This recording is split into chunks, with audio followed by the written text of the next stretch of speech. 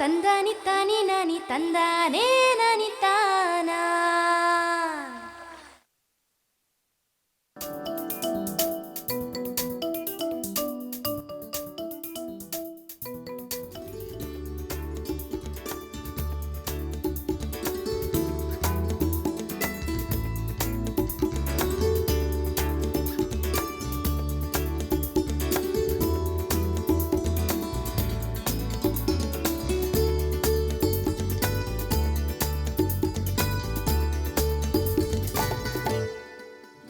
ನಮಸ್ಕಾರ ರೈತ ಬಾಂಧವರೇ, ಕೃಷಿ ದರ್ಶನದ ಕೃಷಿ ವಾರ್ತೆಗೆ ತಮಗೆಲ್ಲರಿಗೂ ಹಾರ್ದಿಕ ಸ್ವಾಗತ.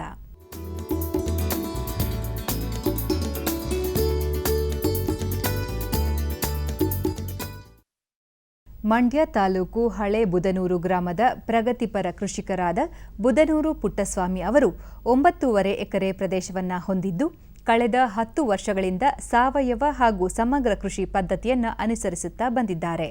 ತೆಂಗು, ಸೀಬೆ, ಹುಣಸೆ, ಕೋಕೋ, ಅಡಿಕೆ, ಮಾವು ಈ ಬೆಳೆಗಳಲ್ಲದೆ ತೃಣಧಾನ್ಯ ಬೆಳೆಗಳಾದ ಕೊರ್ಲು ಹಾಗೂ ಬರಗನ್ನ ಬೆಳೆಯುತ್ತಿದ್ದಾರೆ.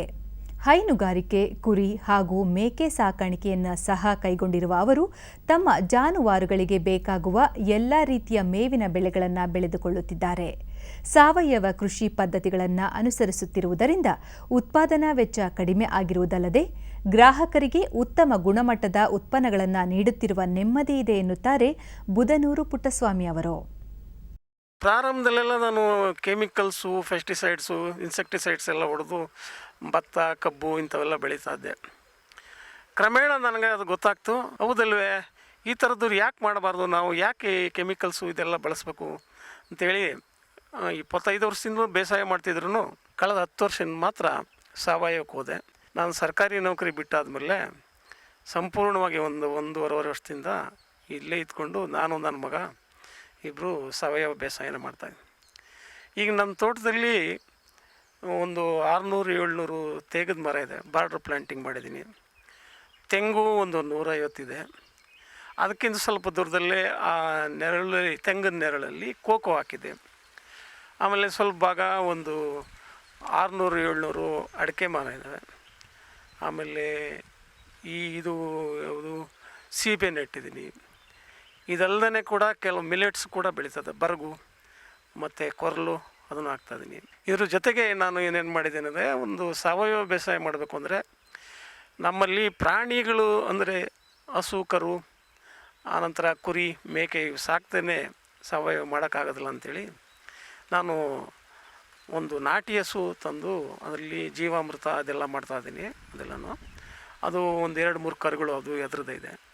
ಅದಲ್ಲದೇ ತಕ್ಷಣಕ್ಕೆ ಅಂಥೇಳಿ ಒಂದು 2-3 ಸೀಮೆ ಹಸುಗಳು ಕೂಡ ತಂದು ಅಲ್ಲಿ ಕೆಲಸಗಾರರಿಗೆಲ್ಲ ಸಂಬಳ ಕೊಡೋದಕ್ಕೆ ಅವಕ್ಕೆಲ್ಲ ಬೇಕಾಗ್ತದೆ ಅಂತ. ಇದ್ರ ಜೊತೆಗೆ ಕುರಿ, ಮೇಕೆ ಕೂಡ ಮಾಡ್ತಾಯಿದ್ದೀನಿ. ನಾವು ದಿನೇ ಈ ರಾಸಾಯನಿಕ ಔಷಧಿಗಳಿಂದಾಗಿ ನಮ್ಮ ಪರಿಸರನೂ ಹಾಳಾಗ್ತದೆ, ಸಮಾಜನೂ ಹಾಳಾಗ್ತದೆ. ನಾವು ತಿನ್ನುವಂಥ ಆಹಾರದಲ್ಲಿ ಯಾವುದ್ರಲ್ಲಿ ಕೂಡ ಪೌಷ್ಟಿಕತೆ ಇಲ್ಲ. ಅದಕ್ಕೆ ನಂದೊಂದು ಕಿಂಚಿತ್ ಸಹಾಯ ಇರಲಿ, ಸಾವಯವದಲ್ಲಿ ಬೆಳೀಬೇಕು ಅಂತ ನನ್ನ ಉದ್ದೇಶ. ಹಸಿಮೇವಿಗೋಸ್ಕರ ನಾನು 2-3 ಥರ ಇದನ್ನು ಹುಲ್ಲು ಹಾಕ್ಕೊಂಡಿದ್ದೀನಿ. ಒಂದು ಏಕದಳ ಸಸ್ಯದಲ್ಲಿ ಬರುವಂಥದ್ದು COFS 29 ಅಂತ ಒಂದು, ಅದಲ್ಲದೆ CO3 ಅಂತ ಇನ್ನೊಂದು ಅದು ಹಾಕ್ಕೊಂಡಿದ್ದೀನಿ. ಇದಲ್ಲದೆ ಈ ಎಡ್ಜ್ ಲೂಸರ್ನಂತ ಬೇಲಿ ಮೆಂತ್ಯ ಅಂತ ಹೇಳ್ತಾರೆ, ಅದು ಹಸು, ಕುರಿ, ಮೇಕೆ ಎಲ್ಲ ಪ್ರಾಣಿಗಳಿಗೂ ಹಾಕ್ಬೋದು. ಈಗ ನನ್ನ ಪಕ್ಕದಲ್ಲಿರೋದು ಅದನ್ನೇ ಎಡ್ಜ್ ಲೂಸರ್ನು. ಅದರಲ್ಲಿ ಇನ್ನೊಂದು ಕುದುರೆ ಮೆಂತಿ ಅಂತ ಲೂಸರ್ನ್ ಅಂತ ಹೇಳ್ತಾರೆ, ಅದನ್ನು ಹಾಕಿದ್ದೀನಿ. ಸೊ ಇದು ಕೂಡ ನನಗೆ ಮೇಕೆಗಳಿಗೆ, ಹಸು, ಕುರಿ ಇವಕ್ಕೆಲ್ಲದಕ್ಕೂ ಸಾಕಾಗ್ತದೆ. ನಾನು ಈಗ ಮೇಕೆ ಮತ್ತು ಕುರಿನ ಜಾಸ್ತಿ ಪ್ರಮಾಣದಲ್ಲಿ ಸಾಕಬೇಕು ಅಂತ ಅಂದ್ಕೊಂಡಿದ್ದೀನಿ. ಅದು ಯಾಕಂದ್ರೆ ಅದ್ರಲ್ಲಿ ಗೊಬ್ಬರನೂ ಸಿಗುತ್ತೆ, ಮತ್ತು ನಾನು ಬೆಳೆದ ಅಥವಾ ಸಾಕಿದ ಒಂದೇನು ಪ್ರತಿಫಲನೂ ಕೂಡ ಅದರಲ್ಲಿ ನಿರೀಕ್ಷೆ ಮಾಡ್ಬೋದು. ಹೀಗಾಗಿ ನನ್ನ ತೋಟದಲ್ಲಿ ಇನ್ನೂ ಈಗ ನಿಂಬೆ, ದಾಳಿಂಬೆ ಮತ್ತು ಇನ್ನೂ ಕೆಲವು ಹಣ್ಣಿನ ಗಿಡಗಳನ್ನು ಸಾವಯವದಲ್ಲೇ ಬೆಳೀಬೇಕು ಅಂತ. ಅಕಸ್ಮಾತ್ ಕಾಯಿಲೆಗಳು ಏನೋ ಬಂದರೆ, ಇದುವರೆಗೂ ಬಂದಿಲ್ಲ ನನಗೆ. ಈ ನಮ್ಮ ಜೀವಾಮೃತ, ಕೆಲವು ಬೇವು ಮತ್ತು ಹಸುವಿನ ಗಂಜಳ ಇದೆಲ್ಲ ಸ್ಪ್ರೇ ಮಾಡಿದ್ರೆ ಇವೆಲ್ಲ ಅವಾಯ್ಡ್ ಮಾಡ್ಬೋದು ಅಂತಿದೆ.